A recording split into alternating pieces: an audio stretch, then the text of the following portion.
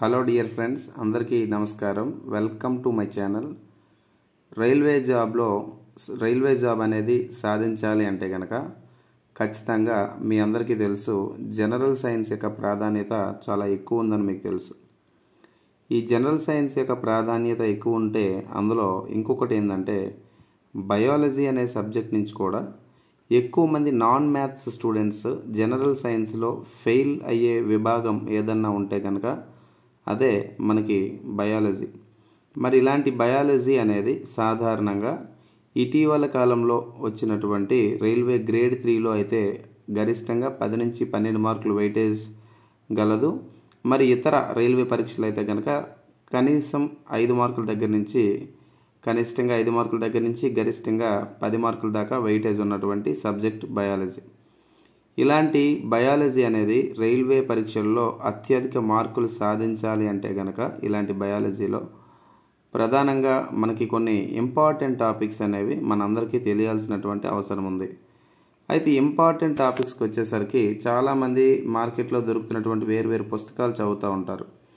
ఏ పుస్తకాలు చదివినప్పటికీ కానీ నేను అనేక వీడియోల్లో మీకు చెప్పడం జరిగింది, ఈ రైల్వే పరీక్షలకు వచ్చేసరికి మీకు పూర్తి స్థాయిలో రైల్వే పరీక్షలకు వచ్చేసరికి ఎలాంటి పేపర్ తీసుకున్నా కానీ ఆ పేపర్లో ఉన్న ప్రశ్నలు అనేవి ఎన్సీఆర్టీ టెక్స్ట్ బుక్ నుంచి రావడం జరుగుతూ ఉంది. అనేక వీడియోల్లో మీకు చెప్పడం జరిగింది ఇదే విషయం. మరి చాలామంది కూడా ఇంపార్టెంట్ టాపిక్స్ అడుగుతున్నారు. టెక్స్ట్ బుక్ 6వ తరగతి నుంచి 10వ తరగతి దాకా చదవడానికి ఇబ్బందికరంగా ఉండి వేరు పుస్తకాల్లో ఉన్నటువంటి అంశాలను బట్టి ఇంపార్టెంట్ టాపిక్లు అడుగుతూ ఉన్నారు చాలామంది మన మిత్రులు. సో అలాంటి వాళ్ళందరికీ కూడా నేనేం చెప్తానంటే, ఒకవేళ మీరు చదివే ఓపిక ఉంటే కనుక ఎన్సీఆర్టీ పుస్తకాల్లో మీరు ఇక్కడ నేను పెట్టినటువంటి టాపిక్స్ చదువుకుంటే సరిపోతుంది.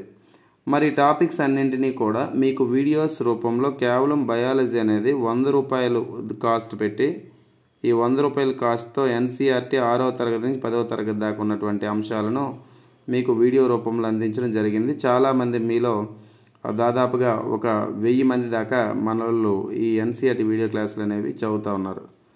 మరి అట్లా కాకుండా డైరెక్ట్ కాన్సెప్చువల్గా చదువుకుంటాం అంటే మీకు మార్కెట్లో దొరికిన పుస్తకాల్లో అంశాలు వెతుక్కొని చదువుకుంటాం అంటే కనుక వారందరికీ మరి టెక్స్ట్ బుక్లు చదివే వాళ్ళకి కూడా ఇంపార్టెంట్ టాపిక్స్ని చెప్పడానికి మీ ముందుకు ఈ వీడియోతో రావడం జరిగింది.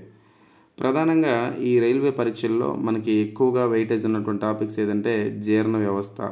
దట్ మీన్స్ వ్యవస్థలు, శరీరంలో ఉన్నటువంటి వ్యవస్థలు అనేటివి ఏవైతే ఉన్నాయో ఈ వ్యవస్థల దగ్గర నుంచి ఖచ్చితంగా ప్రశ్నలు వస్తాయి. అయితే ప్రశ్నలు కష్టంగా ఉంటాయంటే సాధారణంగా అవి మోడరేట్గానే ఉంటాయి, అంత టఫ్గా అయితే రైల్వే పరీక్షలు ఉండవు. ప్రతిరోజు నేను చేస్తున్నటువంటి వీడియోస్లో మీకు అర్థమవుతూ ఉంటుంది. ప్రతిరోజు కూడా నేను చేస్తున్న వీడియోస్లో విత్ డేట్ ఏ క్లాస్ నుంచి వచ్చింది కూడా మీకు చెప్పడం జరుగుతూ ఉంది. అక్కడే మీరు గమనించవచ్చు ఈజీగా ఉన్నాయో కష్టంగా ఉన్నాయో ప్రశ్నలు. సో వ్యవస్థల్లో భాగంగా మొదటిగా మనకు ఉన్నటువంటి వ్యవస్థ జీర్ణ వ్యవస్థ. మరి జీర్ణ వ్యవస్థ 10th క్లాస్ ఎన్సీఆర్టీలో ఉంది, మరి 7వ తరగతి ఎన్సీఆర్టీలో కూడా ఉంది. తర్వాత శ్వాసక్రియ వ్యవస్థ, జీవుల్లో శ్వాసక్రియ అని చెప్పి ఇది మనకి 7వ తరగతిలో ఉంది, 10వ తరగతిలో కూడా ఈ పాఠం ఉంది ఎన్సీఆర్టీలో. మరి ప్రసరణ ఇది కూడా 7వ తరగతి ఎన్సీఆర్టీలో ఉంది, అండ్ అదేవిధంగా 10వ తరగతిలో కూడా ప్రసరణ అని చెప్పేసి ఎన్సీఆర్టీలో ఉంది. శ్వాసక్రియ వ్యవస్థ అంటే రెస్పిరేటరీ సిస్టమ్, జీర్ణ వ్యవస్థ అంటే డైజెస్టివ్ సిస్టమ్, ప్రసరణ అంటే సర్క్యులేటరీ సిస్టమ్. విసర్జన అన్నారు. ఈ విసర్జన అనేది ఏదైతే ఉందో మనకి ఇది జీవుల్లో శ్వాసక్రియ వ్యవస్థ దగ్గరే మనకి 7వ తరగతిలో ఎన్సీఆర్టీ కనబడుతుంది, మరి 10వ తరగతి ఎన్సీఆర్టీలో కనిపిస్తుంది.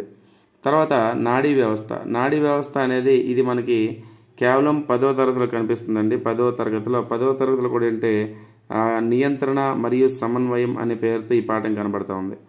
తర్వాత ప్రత్యుత్పత్తి వ్యవస్థ. ఈ ప్రత్యుత్పత్తి వ్యవస్థ అనేది మొక్కల్లో ప్రత్యుత్పత్తిని 7వ తరగతిలో ఉంటుంది, మరి 8వ తరగతిలో జంతువుల్లో ప్రత్యుత్పత్తి ఉంటుంది, 10వ తరగతిలో హౌ డు ఆర్గానిజమ్స్ రీప్రొడ్యూస్, జీవులు ఎలా ఉత్పత్తి అవుతాయి అని చెప్పేసి మనకి ఎన్సీఆర్టీ 10వ తరగతిలో ఉంది. తర్వాత అంతఃస్రావి వ్యవస్థ అనేది 10వ తరగతిలో 2వ పాఠంగా మనకి ఇది కనబడుతూ ఉంటుందండి. తెలంగాణ బయాలజీ టెక్స్ట్ బుక్ 10వ తరగతిలో ఇది 5వ పాఠం, ఆంధ్ర పాత బయాలజీ టెక్స్ట్ బుక్లో 5వ పాఠము, లేదా ఇదే అంతఃస్రావి వ్యవస్థకు సంబంధించి కొత్త బయాలజీ టెక్స్ట్ బుక్లో 2వ పాఠంగా మనకు ఉంది. మరి ఇది 6వ తరగతిలో ఉన్నటువంటి ఎన్సీఆర్టీలో అస్థిపంజర వ్యవస్థ, దీని నుంచి కూడా ప్రశ్నలు రాకపోలేదు. ఇది కూడా ప్రశ్నలు రేర్గా వస్తున్నాయి, కానీ ఎక్కువగా మనకి ఈ టాపిక్ మీద మనం ఫోకస్ చేయాల్సిన అవసరం ఉంది. అందుకే దీని యాప్లో మనం దాదాపుగా 2 గంటల సేపు ఈ టాపిక్ చెప్పడం జరిగింది. తర్వాత ప్రత్యుత్పత్తి అని చెప్పేసి ఒక పాఠం, దీని నుంచి ప్రశ్నలు లేకుండా రైల్వే ఎగ్జామ్లో కష్టమే. ప్రతి పేపర్లో కూడా ఈ ప్రత్యుత్పత్తి అని పిలుస్తున్నటువంటి టాపిక్ నుంచి ప్రశ్నలు ఖచ్చితంగా వస్తాయి. మరి రైల్వేలో న్యూ ట్రెండ్, కొత్త ట్రెండ్ ఇప్పుడు నడుస్తూ ఉంది ఏంటంటే ఇక్కడ ఉన్నటువంటి ఈ పాఠం నుంచి ప్రశ్నలు వస్తూ ఉన్నాయి. దీన్ని ఆనువంశికత అంటారు. గతంలో 2019 రైల్వే గ్రూప్ డీలో కూడా దీని నుంచి పరీక్షల్లో జరిగినటువంటి పరీక్షల్లో ప్రశ్నలు ఇచ్చినటువంటి దాఖలాలు కూడా ఉన్నాయి. ఇది మీరు గుర్తుపెట్టుకోవాలి. ఇంకా కొన్ని టాపిక్లు మన ఇంటర్మీడియట్ నుంచి తీసుకోవాల్సినటువంటి అవసరం ఉంది. అదేంటంటే ఫస్ట్ ఆఫ్ ఆల్ ఇంటర్మీడియట్లో బాటనీ తీసుకుంటే బాటనీ నుంచి వృక్షరాజ్యం అంటే ప్లాంట్ కింగ్డమ్ నుంచి ప్రశ్నలు వస్తూ ఉన్నాయండి. దీన్ని కూడా ఇంటర్మీడియట్లో ఉన్నటువంటి టాపిక్ని క్లియర్గా చదువుకోవాల్సిన అవసరం ఉంది. మన యాప్ తీసుకున్న వాళ్ళు ఎవరైతే ఉన్నారో వారికి ఆల్రెడీ ఇంటర్మీడియట్ అనేది క్లాసెస్ నడుస్తూ ఉన్నాయి. అది కూడా మీకు మోస్ట్లీ 10వ తేదీ లోపల కంప్లీట్ అయిపోయే అవకాశం ఉంది. ఓకేనమ్మా. తర్వాత మనకి బాటనీ నుంచి వృక్షరాజ్యంతో పాటు పుష్పించే మొక్కల్లో స్వరూప శాస్త్రం అంటే మార్ఫాలజీ ఇన్ ఫ్లవరింగ్ ప్లాంట్స్ అని చెప్పేసి మనకి ఒక టాపిక్ ఉంది. అది మనకి 5వ పాఠం కనబడుతూ ఉంది ఫస్ట్ ఇయర్ బాటనీలో. ఈ వృక్షరాజ్యం కూడా ఫస్ట్ ఇయర్ బాటనీ, రెండు కూడా ఫస్ట్ ఇయర్ బాటనీలో చూసుకుంటే సరిపోద్ది. తర్వాత జువాలజీకి వద్దాం. ఇంటర్మీడియట్ జువాలజీకి వచ్చేసరికి మీకు కేవలం జంతు వైవిధ్య యానిమల్ డైవర్సిటీ 1 అని చెప్పి మొదటి సంవత్సరం జువాలజీలో కనబడుతుంది. సెకండ్ ఇయర్ జువాలజీలో పరిణామక్రమం ఎవల్యూషన్ అని చెప్పేసి ఆర్గానిక్ ఎవల్యూషన్ అంటే కర్బన పరిణామ శాస్త్రం అనే పాఠాన్ని కొంచెం మనం బేసిక్స్తో పాటు నేర్చుకుంటే సరిపోతుంది. అది ఎలాగో 10th కాస్త టచ్ అవుద్ది కూడా ఎక్కడ అనువంశికత అనే పాఠంలో. ఓకేనా. సో ఈ ప్రత్యుత్పత్తి అస్థిపంజర వ్యవస్థ 6వ తరగతిలో ఉంది, ప్రత్యుత్పత్తి 10వ తరగతిలో ఉంది. ఇక్కడ ఉన్న ప్రత్యుత్పత్తి 10వ తరగతిలో ఉంది. అదేవిధంగా అనువంశికత అంటే ఇన్హెరిటెన్స్, హెరిడిటీ అంటారు. ఈ హెరిడిటీ కూడా 10వ తరగతిలో మనకు కనబడుతుంది. ఓల్డ్ బయాలజీలో ఉంది, న్యూ బయాలజీలో ఉంది. తెలంగాణలో అయితే 8వ పాఠం ఇది. ఓకేనా. మరి తర్వాత ఇక్కడ ఇంపార్టెంట్ బయాలజీకి వచ్చేసరికి ప్రశ్నలు ఇంకా మిస్ అవుతాయి అనుకుని ఏమైనా ఉంటే కనుక ఇంపార్టెంట్ హార్మోన్స్. ఈ హార్మోన్స్ ఎక్కడ ఉంటాయి, ఏంటి వాటి ప్రాధాన్యత, ఇది ఎక్కడంటే old biology 10th class Telangana పుస్తకం 5వ పాఠం, ఓల్డ్ బయాలజీ ఆంధ్రాకి సంబంధించి 5వ పాఠంలో కనబడుతూ ఉంటుంది. కొత్త టెక్స్ట్ బుక్లో కూడా 2వ పాఠంలో కనబడతాయి. ఇంపార్టెంట్ గ్లాండ్స్ ఏ గ్రంథులు ఎక్కడున్నా తెలుసుకోవాల్సిన అవసరం ఉంది. అండ్ ఇంపార్టెంట్ డయాగ్రామ్స్, బయాలజీలో డయాగ్రామ్స్ కూడా నేర్చుకోవాల్సినటువంటి అవసరం ఉంది. అయితే ఇంకొక ఇంపార్టెంట్ ఆస్పెక్ట్ ఇక్కడ ఏంటంటే వ్యాధులు. సో ఈ వ్యాధులకు సంబంధించి రైల్వేలో ఏంటంటే స్టాటిక్ పోర్షన్ అనేది అడగట్లేదు, డైనమిక్ పోర్షన్ అడుగుతున్నాడు. అంటే ఏంటంటే ఫర్ ఎగ్జాంపుల్ వైరస్కి సంబంధించి వ్యాధుల్లో జలుబు అనేది ఏ వైరస్ వల్ల వస్తుంది అని చెప్పి అడగట్లేదు. ఇటీవల కాలంలోనూ వైరస్ చేత ప్రభావితం చెందినటువంటి రాష్ట్రం ఎక్కువేది, లేదా Zika virus, Nipah virus, swine flu, avian flu, bird flu, ఇలా రకరకాల పేర్లు పెట్టి కరోనా వైరస్, ఇలాంటి అప్ టు డేట్లో ఉన్నటువంటి వ్యాధుల గురించి ప్రశ్నలు వస్తూ ఉన్నాయి. ఇది కూడా మీకు యాప్లో కోర్సులో మీకు ఆల్రెడీ ప్రవేశపెట్టడం జరిగింది. మరింత సమాచారం కూడా వస్తూ ఉంటుంది.